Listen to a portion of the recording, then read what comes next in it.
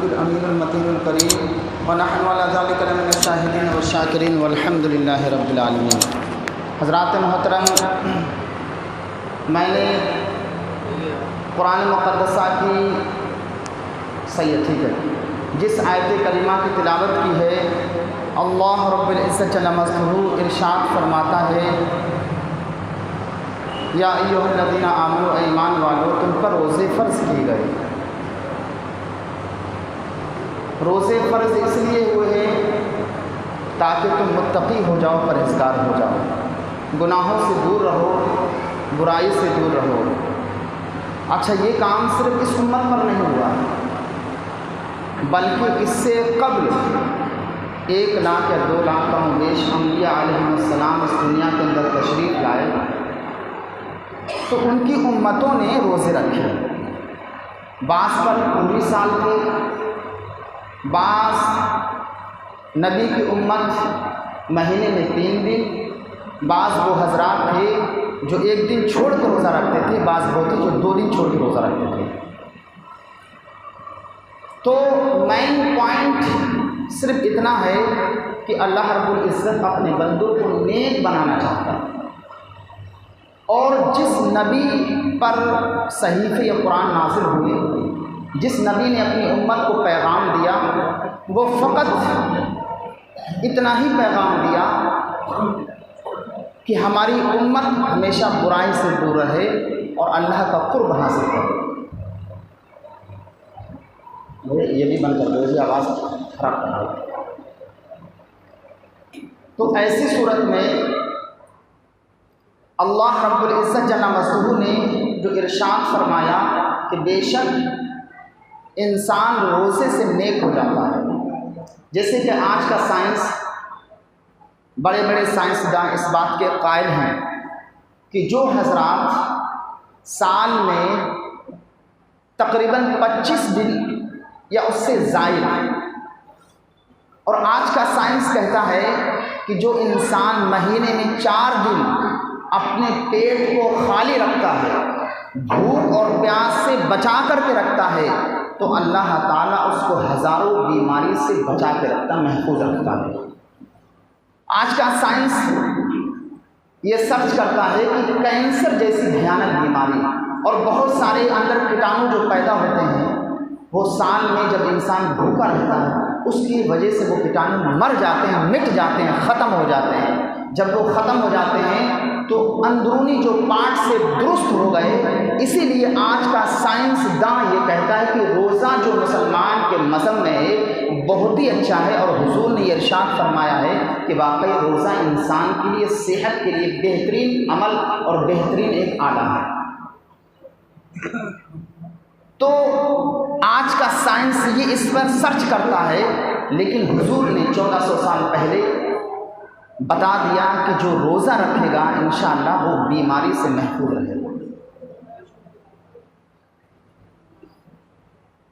اور اس کے دنیاوی بے شمار فائدے ہیں، اخروی فائدے یہ ہیں کہ اللہ رب العزت جل مجدہ، دیکھو ہم جو بھی عمل کرتے ہیں، نماز پڑھتے ہیں کیوں؟ کہ اللہ کا قرب مل جائے۔ حج کیوں کرتے ہیں؟ کہ اللہ کا قرب حاصل ہو جائے، اللہ مجھ سے راضی ہو جائے، میرا رب مجھ سے راضی ہو جائے، اس کا قرب مل جائے، میں نیک بن جاؤں، جب دنیا سے جاؤں تو میرے اندر، میرے پاس نیک عمل ہو، قبر میں رکھے جاؤں تو قبر کے اندر جو ہے، جو قبر کے عذاب ہے اس سے محفوظ رہوں، قبر کے کیڑے مکوڑوں سے محفوظ رہوں، قبر کی دہشت اور وحشت سے محفوظ رہوں، قبر کی جو وحشت ناک اور جو ایک گھٹا ٹوپ چھا جاتا ہے دفن کرنے کے بعد، میں اس کی اندھیری کوٹری سے محفوظ رہوں۔ تو انسان جو نیک عمل کرتا ہے، صدقہ کرتا ہے، زکوٰۃ دیتا ہے، نیک عمل کرتا ہے، قرآن پاک کی کثرت سے تلاوت کرتا ہے، اس کا مقصد کیا ہوتا ہے؟ کیا مقصد ہوتا ہے؟ کہ میرا رب مجھ سے راضی ہو جائے، میرا اللہ مجھ سے راضی ہو جائے، جب میں دنیا سے جاؤں میرا رب مجھ سے پوچھے کہ کیا لایا ہے۔ جیسا کہ ایک حکایت ہے کہ ایک شخص بڑا گنہگار شخص تھا اور اپنی لائف میں بڑے اس نے گناہ کیے، لیکن جب انسان کی موت کا وقت قریب آتا ہے تو اس کے اوپر کچھ ایسے آثار چھا جاتے ہیں، اسے کچھ اچھا نہیں لگے گا، اس کی طبیعت اچاٹ سی رہے گی، آپ سے بولنے کا من نہیں کرے گا اور عجیب و غریب باتیں کرتا ہے۔ تو ایسا ہی ایک شخص جب اس کا موت کا وقت قریب آیا تو خاموش سا رہنے لگا۔ بیٹوں نے پوچھا، بانش صاحب کیا بات ہے، آپ بڑا چپ چپ سے رہتے ہیں، بڑا خاموش سے رہتے ہیں، کھاتے بھی کم ہیں، گفتگو بھی کم کرتے ہیں، مشورے کی بات بھی کوئی نہیں کرتے ہیں۔ تو وہ باپ اپنی زبان حال سے اپنا حال سناتا ہے کہ بیٹو میں نے اپنی لائف میں نیک کام بہت کم کیے، گناہ زیادہ کیے۔ اب مجھے اندیشہ ہے کہ جب میرا انتقال ہوگا رب تعالیٰ مجھ سے سوال کرے گا تو میں کیا جواب دوں گا۔ تو پھر وصیت کرتا ہے، اب بچوں سنو، جب تم نے پوچھا چپ ہونے کا مسئلہ، میں چپ کیوں ہوتا ہوں، تو مجھے اس بات کا اندیشہ رہتا ہے کہ اللہ رب العزت مجھ سے سوال کرے گا تو میں کیا جواب دوں گا۔ اب مجھے خوف لگا رہتا ہے کہ میں قبر میں رکھا جاؤں گا، قبر کے منکر نکیر مجھ سے سوال کریں گے تو میں کیا جواب دوں گا۔ اب میری وصیت اور نصیحت یہ ہے، جب میرا انتقال ہو جائے تو میرے جسم کو جلا دینا، میرے جسم کو جلا کر کے جو ہڈی بچیں ان کا سرما بنا دینا، اور سرما بنانے کے بعد جب تیز آندھی آئے اس تیز آندھی میں ان ذرات کو اڑا دینا، کچھ سمندروں میں اڑا دینا، کچھ ہواؤں میں، کچھ فضاؤں میں، کچھ بلند ٹیلوں پر، کچھ پہاڑیوں سے، تاکہ وہ پوری دنیا میں، پورے جہان میں یعنی بالکل بکھر جائیں، میرا وجود بالکل بکھر جائے اور کسی کو دستیاب نہ ہو، کسی کو نہ ملے۔ بہرحال اس کا ایک دن انتقال ہوتا ہے، بچے اس کی اولاد وصیت کے مطابق اس کا عمل کرتے ہیں، پہلے مسلمانوں کے مذہب کے مطابق اس کو دفن کرتے ہیں، رات کی تنہائی میں اسے نکال کر کے اس کے جسم کو جلا دیتے ہیں، جلانے کے بعد جو ہڈی بچتی ہے اس کا سرما بنا دیتے ہیں، سرما بنانے کے بعد کچھ ہواؤں میں، کچھ صحراؤں میں، کچھ سمندروں میں کرنے کے بعد جب یہ عمل کر کے بیٹے ادھر گزرتے ہیں، ادھر اللہ رب العزت سمندروں کو حکم دیتا ہے، پانی کو حکم دیتا ہے، ہواؤں کو حکم دیتا ہے، اس کے جسم کو تو ایک سلامت مجسمہ بنا دیں۔ پھر جب پانی کو، چونکہ اللہ رب العزت تو ہر چیز پر قادر ہے، جب پانی کو، سمندروں کو، ہواؤں کو حکم دیا، اس نے جسم کو تیار کر دیا۔ تیار کرنے کے بعد اللہ رب العزت جل مجدہ اس سے سوال کرتا ہے، اے بندے خدا، اے بندے تو یہ تو بتا تو نے یہ عمل کیوں کیا اپنے ساتھ؟ جہاں میں قہار و جبار ہوں وہاں ستار بھی ہوں، غفور بھی ہوں، رحیم ہوں، تو نے یہ عمل، تو نے اپنے جسم کے ساتھ یہ کھلواڑ کیوں کیا؟ تو نے اپنے جسم کے وجود کو کیوں ختم کر دیا؟ تو پھر وہ رب کی بارگاہ میں عرض گزار ہوتا ہے، اے مولا تعالیٰ میں نے دانستہ جان کر یا بھول کر جو گناہ کیے، لیکن جب میری موت کا وقت قریب آیا تو یہ دل ہے، اللہ نے بہت بہترین پاش بنایا، یہ تمام اعضاؤں کا راجہ ہے، جتنے بھی بدن میں ہاتھ، آنکھ، ناک، کان، سب کا راجہ ہے یہ دل۔ یہ دل اندر سے خود بولتا ہے، اگر آپ کوئی غلط کام کریں، کسی کو گالی دیں، تھوڑی دیر کے بعد آپ کا دل خود جھجلا تو ہوگا یار تو نے غلط کیا۔ اگر آپ نے کسی کا پیسہ 2 لاکھ 4 لاکھ مار لیا تو یہ آپ کا دل اندر سے خود آواز دے گا تم نے غلط کیا۔ اگر آپ نماز نہیں پڑھیں گے تو یہ تنبیہ کرتا ہے، ایسا مت کر تو غلط کرتا ہے، نماز کی پابندی ہو، نماز جب اذان لگے تو نماز پڑھ۔ یہ دل اندر سے کبھی نہ کبھی 24 گھنٹے میں ضرور انسان کو متنبہ کرتا، آگے کرتا ہے، انسان کو آگاہ کرتا ہے۔ تو پھر وہ رب کی بارگاہ میں عرض گزار ہوتا ہے، یا اللہ جب میرا دل نے اس مجھ کو آگاہ کیا تو مجھے میں شرمندہ ہوا اور میں تیرے خوف سے لرزہ بندہ ہو گیا، میرا جسم کانپنے لگا، مجھے خشیت ہوئی، مجھے ڈر ہوا کہ اگر میں جب قبر میں رکھا جاؤں گا تو میرا رب مجھ سے سوال کرے گا، فرشتے سوال کریں گے، اور قبر کی دہشت اور وحشت کے بارے میں نے سن رکھا تھا۔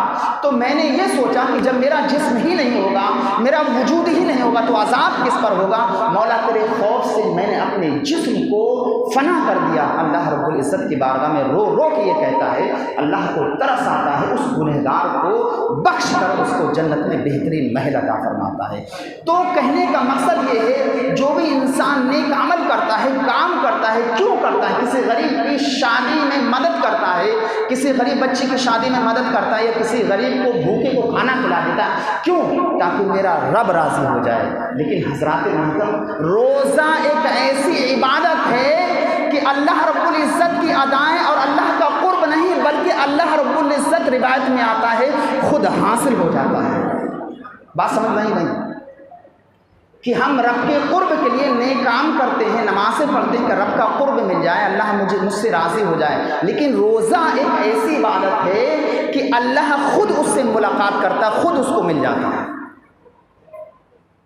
ایک روایت میں ہے کہ تمام کاموں کا جزا اللہ رب العزت اپنی رحمت کاملہ سے دیتا ہے، فرشتوں کے ذریعے دیتا ہے، لیکن روزہ ایک ایسی عبادت ہے کہ اللہ رب العزت بندے کو خود اپنی رحمت کاملہ سے جزا عطا فرماتا ہے۔ اور جو بندہ مومن روزہ رکھتا ہے، اللہ رب العزت جل مجدہ اس کے درمیان اتنی بڑی خندق کر دیتا ہے، ایک روزہ جتنا زمین و آسمان کے درمیان یہ خالہ ہے، اتنی بڑی خندق کر دیتا ہے۔ اور اللہ کے محبوب علیہ السلام نے ارشاد فرمایا روزہ سپر ہے اور روزہ ڈھال ہے، یعنی جس طرح سے کوئی اگر ہم پر دشمن وار کرتا ہے، حملہ کرتا ہے، تو ہم ایک ڈھال کے ذریعے، پہلے زمانے میں ایک ڈھال ہوتی تھی، تلواروں سے لڑتے تھے، ایک ڈھال ہوتی تھی تو اس سے اپنے وار کو ہم روکتے تھے، برچھی، بھالا، تلوار اس کو روک لیتے تھے تاکہ ہمارے جسم پر کوئی اٹیک نہ کر پائے۔ تو اسی طرح سے اللہ کے محبوب نے ارشاد فرمایا یہ تمام بیماریوں سے بچنے کے لیے ایک بہترین روزہ ڈھال ہے، تمام خرافات سے بچنے کے لیے بہترین ڈھال ہے، یہ ڈھال کا کام کرتا ہے اور یہ مضبوط قلعہ ہے۔ قلعہ اس شے کا نام ہے کہ پہلے زمانے میں آپ نے دیکھا ہوگا اکبر بادشاہ اور جو بھی بادشاہ گزرے ہیں اپنے مکان یا اپنے شہر کے ارد گرد ایک بڑی دیوار کھینچ لیتے تھے، کیوں؟ تاکہ کوئی دیوار کے اندر نہ آ سکے، ہمارا شہر محفوظ رہے، ہمارے شہر میں کوئی اٹیک نہ کر سکے، کوئی حملہ نہ کر سکے، وہ بڑی بڑی اونچی اونچی دیواریں کر دیتے تھے، کیوں؟ تاکہ شہر محفوظ رہے۔ تو اللہ رب العزت ارشاد فرماتا ہے روزہ جو ہے وہ تلوار ہے، سپر ہے اور قلعہ ہے، انسان روزے کی برکت سے تمام بلاؤں سے محفوظ رہتا ہے، تمام بیماریوں سے محفوظ رہتا ہے۔ اور یہ مبارک مہینہ، بابرکت مہینہ ایسا ہے کہ اس کی ہر سال اللہ کی رحمتوں سے بھری ہوئی ہے، اس کا کوئی پہلو اٹھا کے دیکھیے، ہر پہلو میں عبادت ہے، ہر پہلو، کوئی بھی پہلو اٹھا کے دیکھیے، آپ نے اگر سحری کے لیے بیدار ہوئے وہ بھی عبادت ہے، کھانا لقمہ کھایا وہ بھی عبادت ہے، کھانے کے بعد آپ نے نیت روزے کی وہ بھی عبادت، اور اس کے بعد آپ نے وضو بنانے کے بعد مسجد کی جانب قدم بڑھائے وہ بھی عبادت، نماز فجر ادا کی وہ بھی عبادت، نماز کے بعد دعا کی وہ بھی عبادت، اور اس کے بعد سو گئے، یہ سونا بھی اللہ رب العزت اس مبارک مہینے میں عبادت میں لکھ دیتا ہے۔ اور اس کے بعد پھر جاگے نماز کی تیاری کی وہ عبادت، پھر آپ نے کوئی کام کاج کیا، مزدوری کرتے ہیں یا کام کرتے ہیں یا آفس میں بیٹھتے ہیں، آپ قلم چلاتے، حتیٰ کہ آپ جو عمل کرتے ہیں سارا عمل اللہ رب العزت جل مجدہ اس مبارک مہینے کی برکت سے سارے کا سارا ہر لمحہ عبادت میں لکھ دیتا ہے۔ پھر شام کو افطار کا وقت آتا ہے وہ بھی عبادت کا ہے، اور حضور نے ارشاد فرمایا یہ افطار کا وقت اتنا بابرکت وقت ہے کہ اللہ رب العزت اس مبارک وقت میں روزدار کی دعاؤں کو رد نہیں فرماتا ہے۔ 3 شخص ایسے ہیں جن کی دعا کبھی رد نہیں ہوتی، ایک وہ شخص جب روزدار افطار کرتا ہے اللہ اس کی دعا کو رد نہیں فرماتا ہے، اور ایک وہ شخص جو مظلوم ہے، اور وہ شخص جس پر جو ایک بادشاہ حاکم ہے۔ اب میں اپنی گفتگو یہیں پر سمیٹتا ہوں، مجھے ایک مسئلہ ثابت کرنا ہے، جیسے کہ ہمارے مسجد کے صدر صاحب نے اور ایک مسئلے کے تحت مجھے بتایا ہے کہ امام صاحب آپ یہ مسئلہ حل کر دیجئے کہ یہ لاؤڈ اسپیکر کا مسئلہ جو ہے، تو میں نے ماشاءاللہ کافی تحقیق کری، رات میں کتابوں کو مطالعہ کیا، تو جو میں تحقیق لایا ہوں وہ آپ کے سماعتوں کے حوالے کر دیتا ہوں، انشاءاللہ اگلے جمعے کو میں تقریر صحیح سے کروں گا، چونکہ میرے ذہن میں بھی تو یہ مسائل چل رہے ہیں۔ تو یہ لاؤڈ اسپیکر کا جو مسئلہ ہے کہ اس پر نماز پڑھنا درست ہے کہ نہیں، ایک سوال پیدا ہوتا ہے، ایک عام انسان بھی اعتراض کر دیتا ہے کہ بھائی امام صاحب دعا مانگتے ہیں تو لاؤڈ اسپیکر میں، تقریر کر رہے ہیں تو لاؤڈ اسپیکر میں، اور جب اذان پڑھتے ہیں تو لاؤڈ اسپیکر میں، سلام پڑھتے تو لاؤڈ اسپیکر میں، لیکن نماز کیوں نہیں پڑھاتے؟ سوال ہوتا نہیں ہوتا، عام انسان بھی سوال کر سکتا ہے۔ تو اس کا مسئلہ شرعیہ یہ ہے کہ بڑے بڑے اکابر علماء نے یہ عدم جواز کی صورت کی ہے، یعنی ناجائز قرار دیا ہے کہ مائک میں اگر نماز پڑھی جائے گی اور مائک کے ذریعے اگر امام نماز پڑھائے گا اور مقتدی پیچھے ہوں گے تو ان کی نماز نہیں ہوگی۔ جیسے حضور اعلیٰ حضرت، ان کے بیٹے مفتی اعظم ہیں صدر الشریعہ، اور حضرت علامہ حافظ ملت صاحب اور مجاہد ملت، بے شمار علماء اس بات کے قائل ہیں کہ نماز نہیں ہوگی۔ اب ایک ریزن پیدا ہوتا ہے، آخر نماز کیوں نہیں ہوگی؟ ایک سوال پیدا ہوتا ہے کہ نماز کیوں نہیں ہوگی؟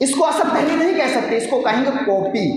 اب ایسی صورت میں ہماری جو وائس ہے، ہماری جو آواز ہے، آپ ہماری آواز پر رکوع سجود نہیں، اچھا بعض صورتوں میں اگر میک میں آواز نماز پڑھائیں تو بعض صورتوں میں ہو جائے گی، جیسے اگر آپ ہمیں دیکھ کر رکوع سجود کریں، میک کی آواز پر نہیں کریں، تو ایسی صورت میں نماز ہو جائے گی، ایک صف کی، دو صف کی۔ لیکن پھر بھی اس میں خسارہ ہے، چونکہ ہماری وائس آپ نہ سنیں ایسا ہو نہیں سکتا، ہماری آواز بھی ضرور سنیں گے۔ اور آپ کو بتائیں یہ بات کس نے ثابت کری ہے؟ دیکھو بڑے بڑے سائنسداں، ابھی میں اس کا خسارہ آپ کو سناتا ہوں، اگر 1-2 منٹ زیادہ ہو جائے تو میں آپ سے معذرت چاہوں گا، کوئی ایسی بات نہیں، ٹھیک ہے؟ تھوڑا مبارک مہینہ ہے، کوئی کام دھام تو ہوتا نہیں، انشاءاللہ سب لوگ عبادت ہی کرتے ہیں اس مبارک مہینے میں۔ بڑے بڑے سائنسداں، علی گڑھ کے مشہور سائنسداں، میں ان کا نام تو اس میں وقت کم کی وجہ سے میں نے نہیں لکھا، میرے پاس ہے پورا حوالہ ہے، ان کی پوری انگلش میں تحریر ہے۔ لندن کے سائنسداں انہوں نے یہ ثابت کیا یہ آواز کاپی ہے، یہ اصل آواز نہیں ہوتی۔ اور پاکستان کا اور جرمن کا اور ہری پور کا اور ہزارہ، یہ پاکستان، یہ کئی سائنسداں، تقریباً 6 سائنس جو بڑے بڑے سائنسداں تھے، انہوں نے یہ ثابت کیا ہے کہ آواز جو ہم مائک میں بولتے ہیں یہ اصل آواز نہیں ہوتی بلکہ یہ کاپی ہوتی۔ اب دوسری بات یہ اس میں خسارہ بھی ہے، خدا نہ خواستہ نماز پڑھاتے وقت یہی میک اگر میسنجری خراب ہو جائے تو ساری کی نماز خراب ہوگی۔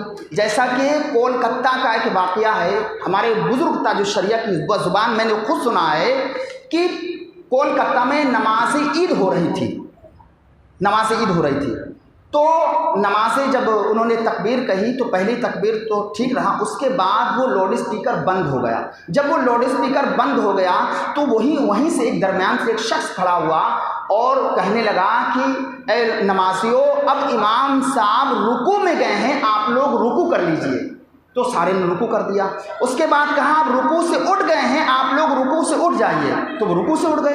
اس کے بعد کہا اب آپ سجدے میں چلے جائیے، امام صاحب سجدے میں چلے گئے ہیں، تو وہ سجدے میں چلے گئے۔ اسی طرح سے مکمل دونوں رکعتیں ہوئیں۔ جب سلام پھیرنے کی باری آئی تو آواز تو تھوڑی دور پہنچی، کہا اب امام صاحب نے سلام پھیر لیا ہے، آپ لوگ سلام، چیخ کے اس نے پکارا آپ لوگ سلام پھیر دیجئے۔ اور سلام کے بعد وہ کہتا ہے، اتفاق سے میک صحیح ہو گیا، الحمدللہ میری وجہ سے آج سارے لوگوں کو نماز صحیح ہو گئی۔ اب بتاؤ اس کی نماز یہ اس کی وجہ سے صحیح ہوئی نماز؟ بس سمجھ میں آئی؟ اب وہ غیر نماز میں تھا، اس کی ابتدا مقتدیوں نے کی ہے۔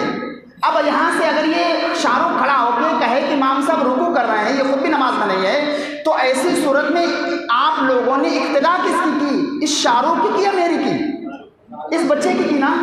تو ایسی صورت میں کہا کہ اب الحمدللہ میری وجہ سے سارے لوگوں کی نماز صحیح ہو گئی۔ تو پھر ایک عقل مند شخص بولا کہ تو نے ساری کی نماز برباد کر دی، اگر وہ اسی کو کاپی کرتے امام کی یا امام کے پیچھے جو مقتدی تو نماز ہو جاتی۔ تو ایسی صورت میں مائک خراب ہونے کی صورت میں کبھی بھی نماز برباد ہو سکتی۔ اور دوسری پوائنٹ بات، یہ مکبر جو کھڑے کرتے ہیں یہ کس کی سنت ہے؟ یہ ہمارے حضور کی سنت ہے، ہمارے نبی کی سنت ہے، ہمارے سرکار کی سنت ہے۔ حضور نے ارشاد فرمایا جس نے میری سنت سے اعراض کیا وہ مجھ سے نہیں۔ آپ غور کریے، جس نے سنت سے اعراض کیا یہ میرا قول نہیں ہے بلکہ محمد عربی صلی اللہ تعالی علیہ وسلم کا قول ہے کہ جس نے سنت سے اعراض کیا وہ مجھ سے نہیں ہے۔ اب آپ ایک سنت کو ہٹا رہے ہیں، ایک سنت کو دفع کر رہے ہیں۔ اللہ رب العزت بڑا کریم ہے، کہیں اسی سنت کی وجہ سے ہم گرفتار ہو جائیں۔ اچھا آپ دلیل دیتے ہیں کہ قادری مسجد میں ہو رہی، اس میں ہو رہی، اس میں ہو رہی، مدینہ منورہ میں ہو رہی، اس میں ہو رہی، تو اس عمل کو ہم دلیل نہیں بنائیں گے، ہم قرآن و حدیث کو دلیل بنائیں گے۔ شریعت کا موقف ہی یہی ہے کہ ہمیشہ اگر دلیل بنے گی تو قرآن و حدیث اجماع امت کی دلیل بنے گی، عمل کی دلیل نہیں بنتی ہے، قرآن و حدیث کا فیصلہ ہے۔ ایک بات اور، دوسری بات یہ ہے کہ آپ کہتے ہیں کہ مدینہ میں ہو رہی، مکہ میں ہو رہی، تو مدینہ مکہ میں ایک اور بہت اچھا عمل ہو رہا ان کی نزدیک، لیکن ہمارے نزدیک تو انہوں نے ہمارے دلوں پر نہیں بلکہ پورے ہمارے جسم پر چاقو اور چھریاں چلائی ہیں۔ اس نے کروڑوں صحابہ کرام کے مزارات کو مسمار کر دیا، توڑ کے بکھیر دیا۔ انہوں نے ہمارے دل کو نہیں بلکہ ہمارے پورے پارٹ کو زخمی کیا۔ اگر آپ ان کی دلیل لیں گے تو انہوں نے مکہ مکرمہ کے اندر جن صحابہ کے ذریعے ہم تک دین پہنچا، بہترین مذہب پہنچا، انہوں نے ان کی قبر کو مسمار کر کے توڑ پھوڑ کے انہوں نے بہترین روڈ اور فلیٹ بنا دیے اور جو ہوائی کے اڈے بنا دیے۔ تو اس عمل کو بھی آپ جاری کرو۔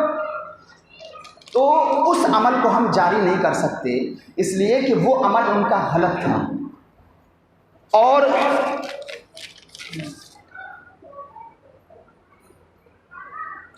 دیکھو ہماری دلیل تو یہ ہے، ہم نے جو ہمارے پاس دلیل تھی، جیسے کہ ہمارے صدر بزرگ صاحب نے کہا کہ آپ امام صاحب ثابت کریے، تو ہماری دلیل یہ ہے کہ آواز اصل آواز نہیں ہے، کاپی ہے۔ اب کاپی یعنی ایک دوسری آواز ہے، اب دوسری آواز پہ اگر ہم اقتدا کریں گے تو ہماری اہل سنت والجماعت کے نزدیک نماز نہیں ہو سکتی۔ دوسری بات یہ ہے کہ ہم نے ایک سنت کو ترک کیا۔ اب ایک مسئلہ پیدا ہوتا ہے، فتویٰ اور تقویٰ۔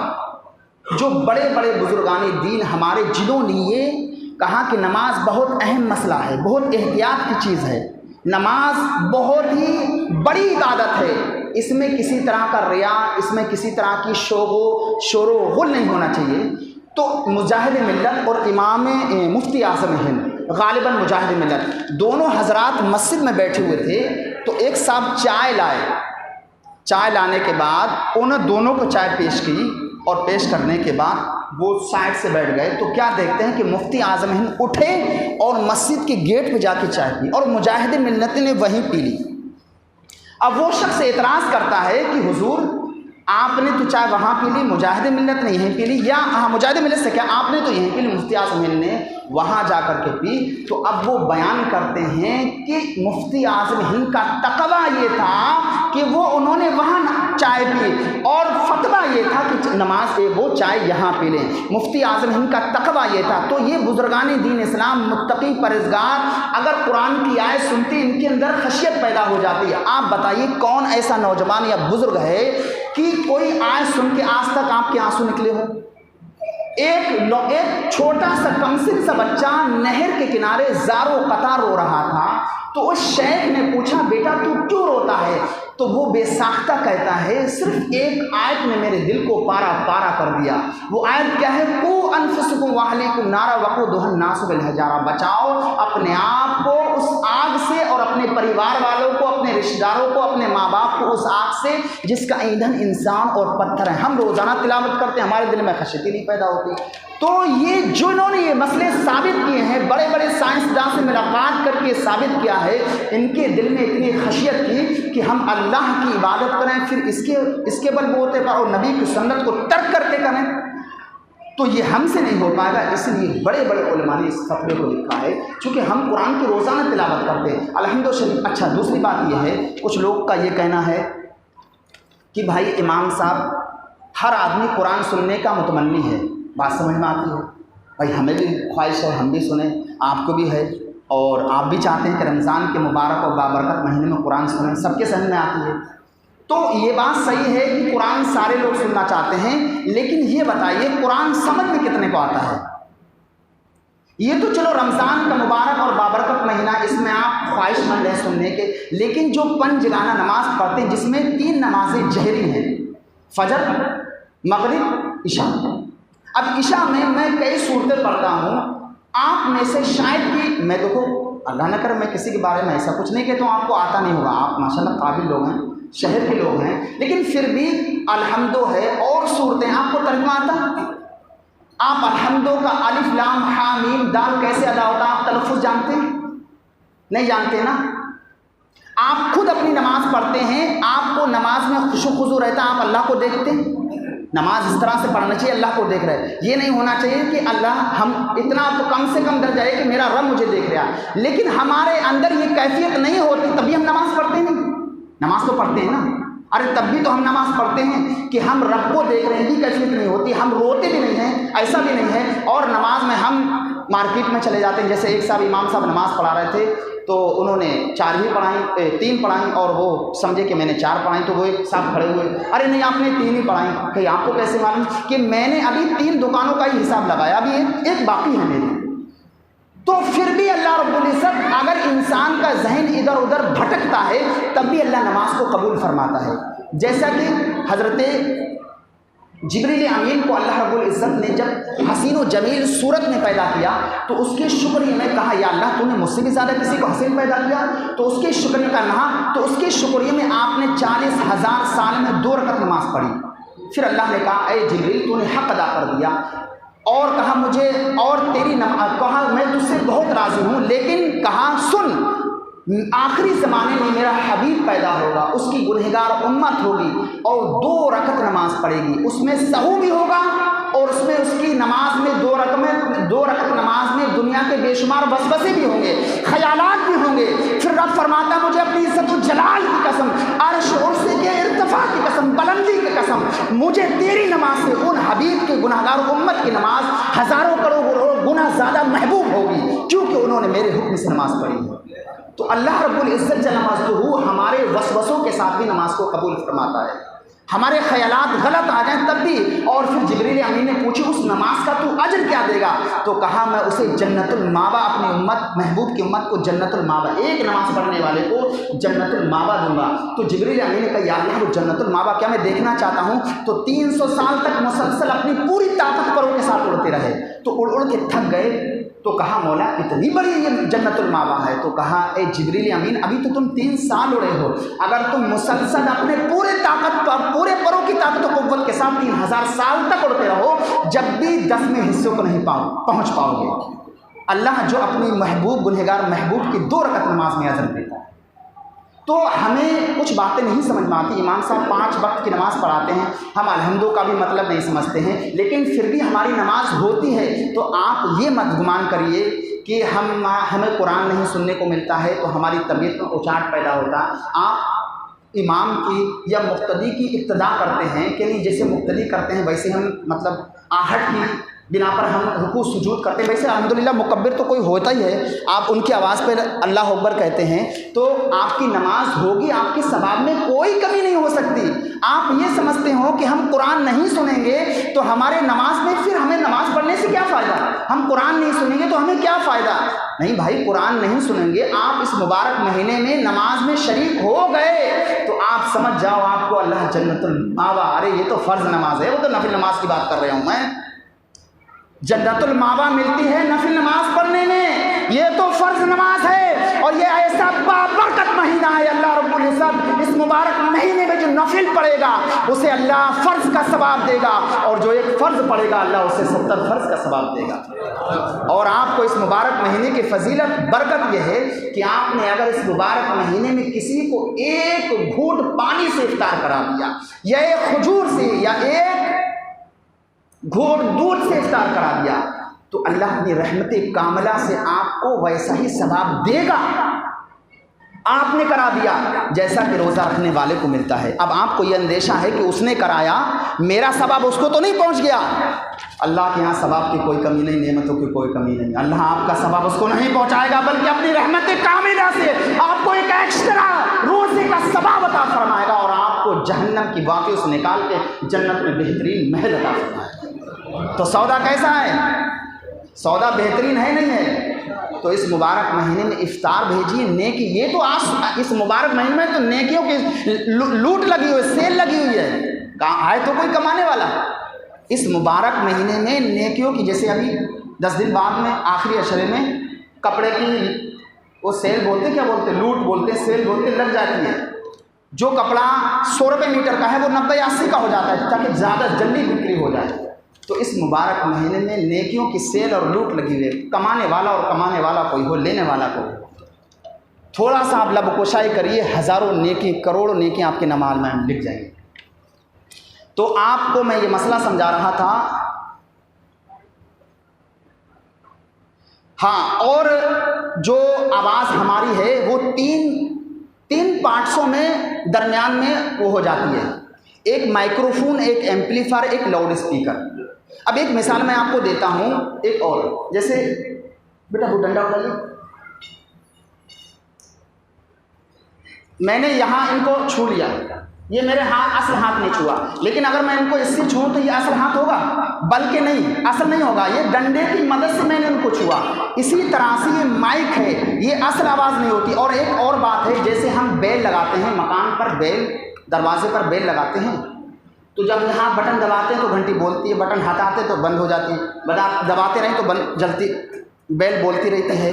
تو یہ بتائیے کہ ہمارے یہ ہاتھ نے بیل بجائی، یہ کرنٹ اور تار کی مدد سے بجا، آئیں زور سے بولیے، کرنٹ اور تار کی مدد سے. تو جس طرح کرنٹ اور تار کی مدد سے یہ بے آئی نہیں گھنٹی اس کے اندر ہمارے اتنا لمبا ہاتھ بھی نہیں پہنچ پائے گا، چونکہ گھنٹی نیچے ہوتی ہے، مکان 4-5 منزلہ اوپر ہوتا ہے.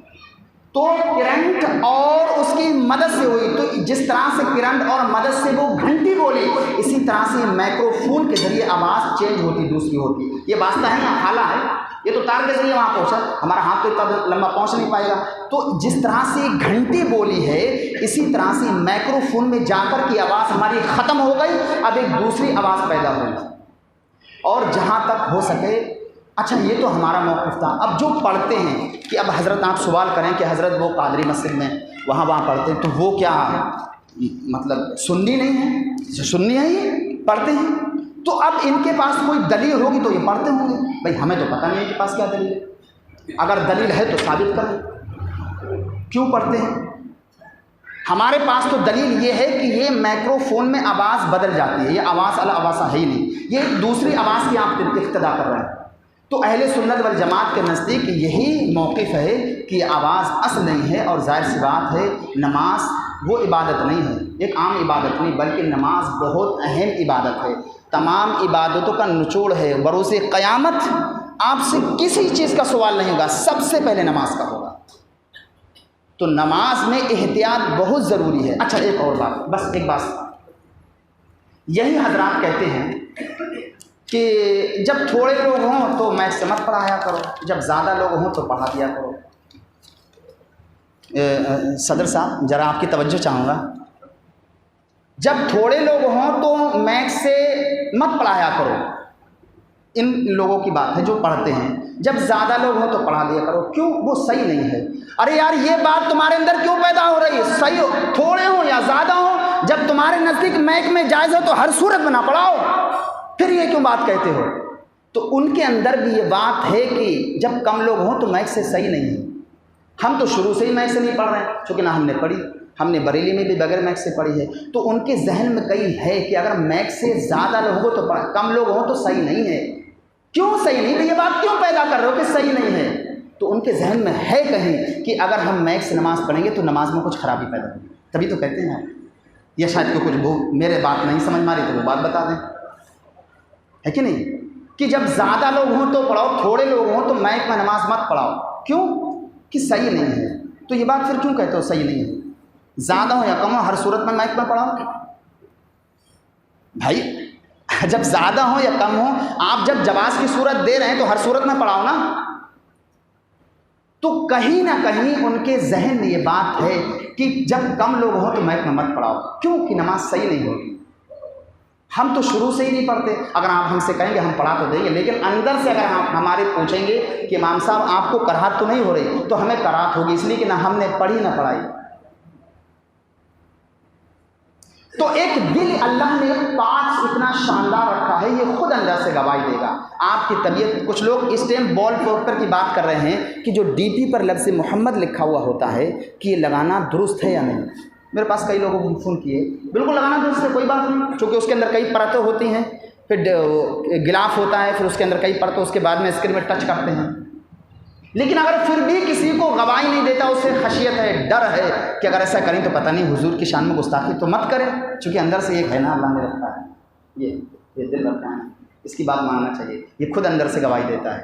اب رہی بات اس کی کہ آپ کا، اب آپ پر اعتماد، آپ پر ڈیپینڈ کرتا ہے کہ آپ کس میں پڑھنا چاہتے ہیں. میک میں پڑھنا چاہتے ہیں، میں نے مسئلہ ثابت کر دیا، یا غیر میک میں ہوتا نہیں، سوال ہوتا ہے کہ بھائی کیا کرنا چاہیے، تو میں نے مسئلہ ثابت کر دیا. اللہ رب العزت اپنے حبیب کے صدقے میں، ہم تو یہ کہتے ہیں ہر سنت پر، چونکہ میک میں نماز پڑھنے سے مکبرین کی جو تکبیر کہتے ہیں، جو سنت ہے وہ ترک ہو رہی ہے. اور جہاں تک مسئلہ چلنے دو، اس کے بعد میں جب ہزاروں علماء اس بات پر متفق ہو جائیں تو دیکھا جائے گا. ابھی تو اس میں اختلاف ہے، اور جس مسئلے میں اختلاف ہو اس میں پڑھنا نہیں چاہیے. میں تو بالکل نہیں پڑھتا ہوں، یہ مختلفی مسئلہ ہے. بعض کہتے ہیں جائز، بعض کہتے ہیں ناجائز. ان کی دلیل کیا مجھے نہیں معلوم، لیکن میری دلیل یہ ہے کہ آواز جو ہے وہ اصل آواز نہیں ہے، یہ کاپی، یہ یہاں جا کر ایمپلیفائر میں ختم ہو گئی. اب اس نے ایک نئی کاپی کری، جیسے میں نے آپ کو بتایا تھا وہ لکھ کے الحمد شریف کا کہ یہ ہماری تحریر جو ہے یہ ہماری اصل تحریر ہے. اس جو کاپی سامنے تھی یہ اس کو تحریر نہیں کہیں گے، اس کو کاپی کہیں گے. یہی استطاعت سے یہ آواز ختم ہو کے دوسری نئی آواز. جو ہے آتی ہے۔ اللہ رب العزت کی بارگاہ میں دعا، میں نے جو بیان کیا ہے، میرے بیان کرنے میں کوئی غلطی ہوئی، اللہ اس کو اپنی رحمت سے کاملہ سے معاف فرمائے، اور اللہ تعالیٰ ہمیں حضور کی ہر سنت پر عمل کرنے کی توفیق عطا فرمائے، آمین ثم آمین۔ السلام علیکم ورحمۃ اللہ وبرکاتہ۔ اب آپ لوگ سنت پڑھ لیجیے، ابھی ٹائم ہے، آپ لوگ سنت آرام سے پڑھ لیجیے۔